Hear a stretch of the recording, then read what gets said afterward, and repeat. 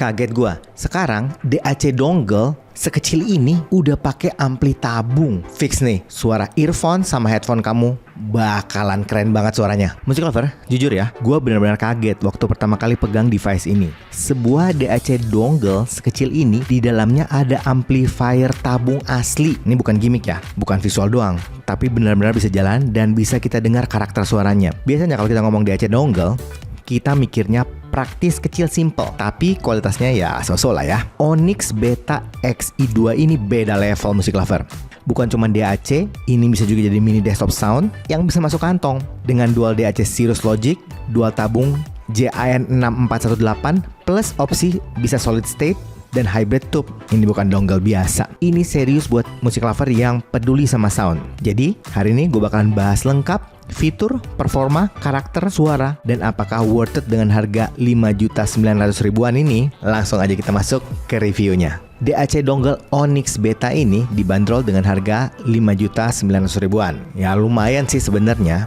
Tapi fitur-fiturnya nih kayak gini nih. Dual Cirrus Logic CS43198 DAC, dual JAN6418 tubes. Jadi udah ada tube-nya. High res PCM sampai 32 bit 768 kHz, support native DSD ya sampai DSD 512, kompatibel sama Android, iOS, Windows ataupun Mac. Menggunakan konektor USB-C, ada ultra low noise dan high current power supply supaya suaranya jadi tambah mantep lagi nih. Koneksinya atau colokannya udah bisa 3,5 single ended sama 4,4 balance. Dan yang menariknya, DAC ini sudah support aplikasi. Jadi music lover bisa ngoprek, bisa customize semuanya via aplikasinya yang namanya Edic Player. Untuk spesifikasi sama paket penjualannya kayak gini.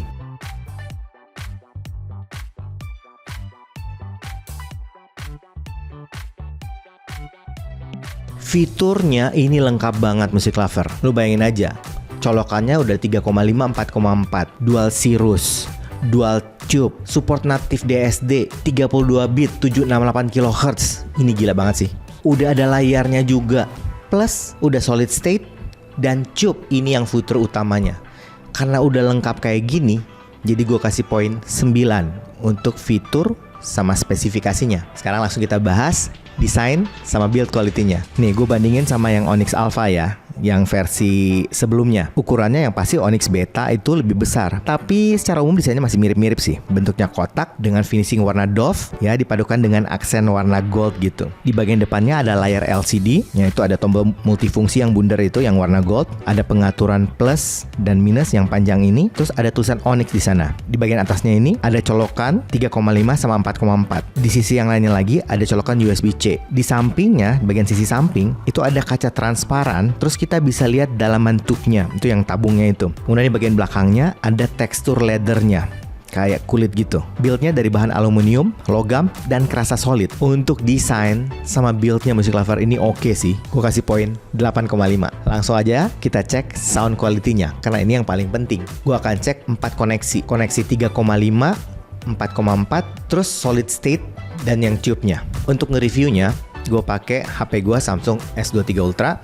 Terus pakai Spotify yang Platinum. Earphone-nya gue pakai in-ear monitor Supermix 5. Pengaturan di DAC-nya, gain-nya pakai yang high. Untuk pengaturan PCM filternya pakai yang low latency yang slow. Music lover, DAC ini punya aplikasi yang namanya Edic Player. Lo bisa download di App Store ataupun di Play Store. Atau music lover bisa scan QR code-nya di buku manualnya. Itu tinggal di-download nantinya. Pengaturan-pengaturan yang ada di LCD-nya itu semua bisa kita atur nanti di aplikasinya juga. Bahkan ada beberapa pengaturan yang mungkin nggak ada di LCD-nya, tapi ada di pengaturan aplikasinya. Anyway, langsung aja ya, impresi suaranya kayak gini. Kita coba dari yang 3,5 mm tube dulu. Tonalnya menurut gua ini netral balance music lover. Nggak banyak boost, nggak banyak color di treble-nya, nggak ada di bass-nya, nggak ada color yang kayak gimana-gimana gitu. Di mid-nya juga, di treble-nya juga. Jadi ya balance aja. Dan menurut gue ini salah satu indikasi kalau DAC itu bagus. Nggak terlalu banyak kolorasi. Yang nanti dia main itu di teknikalitasnya.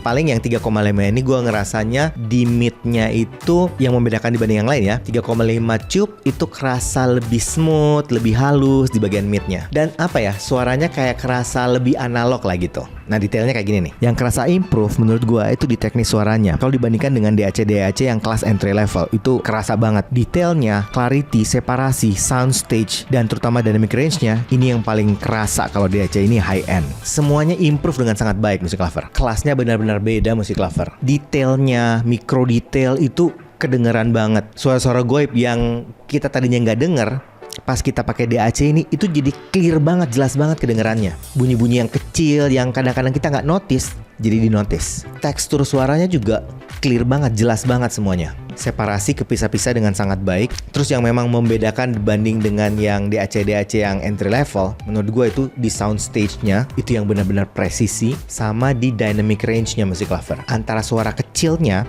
sama suara kerasnya itu kontras banget. Jadi kalau Music Lover dengerin lagu-lagu yang emosional banget gitu, yang memang dapat banget emosinya, itu jadi kerasa banget gitu. Nah yang 3,5 solid stage dibandingkan dengan yang tube, yang solid stage gue ngerasanya karakternya itu lebih digital. Jadi nggak sesmooth kalau yang 3,5 yang tube. Lebih apa ya, lebih kerasa bright gitu bunyinya. Itu yang membedakan. Sedangkan untuk koneksi 4,4-nya, nah ini beda lagi Music Lover. 4,4 kan ada yang tube, ada yang solid state. Yang tube, lu mesti dengerin dah. Detailnya lebih bagus lagi, lebih clear lagi. Noise floor-nya jadi bersih banget, nggak kerasa sama sekali. Dan yang paling gue notice, powernya, teknikalitas semuanya lebih naik. Ya, detail, clarity, separasi, soundstage semuanya improve lebih signifikan. Transient, dynamic range juga lebih kerasa lagi. Nah, sedangkan untuk 4,4 yang solid stage, ini juga oke sih. Cuman gue ngerasa suaranya nggak se-open yang tube. Jadi kayak ada bunyi yang agak ketahan gitu. Dynamic range-nya juga tetap bagus, soundstage-nya juga tetap bagus, tapi memang gue akuin yang tube kerasa lebih istimewa sih. Overall, DAC ini, Onyx Beta, ini punya sound quality yang istimewa banget ya. Bunyi tube-nya itu kerasa banget, analognya tuh kerasa banget. Ya Music Lover harus nyoba sih.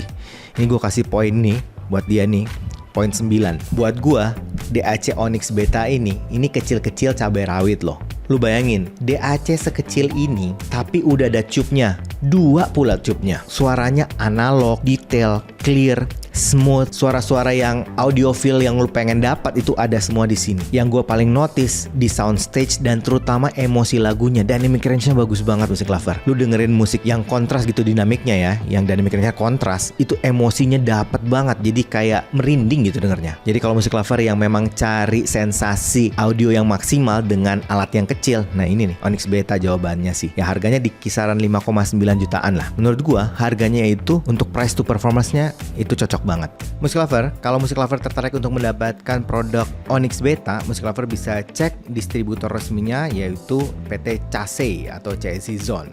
Ya, tapi kan itu pendapat gua sih. Bagusnya kalau lu ada kesempatan, cobain sendiri, audisi sendiri, dan pastikan selalu percaya sama kuping sendiri. Buat Music Lover yang pengen tahu informasi seputar produk-produk personal audio, portable audio, atau pengen belajar tentang audio secara umum, Music Lover bisa subscribe YouTube channel Sinfonia Musik, ataupun bisa follow IG Glenn Sinfonia Musik. Ada pertanyaan? DM aja langsung, nanti gue jawab. Kayaknya itu aja dari gua hari ini. Sampai ketemu lagi.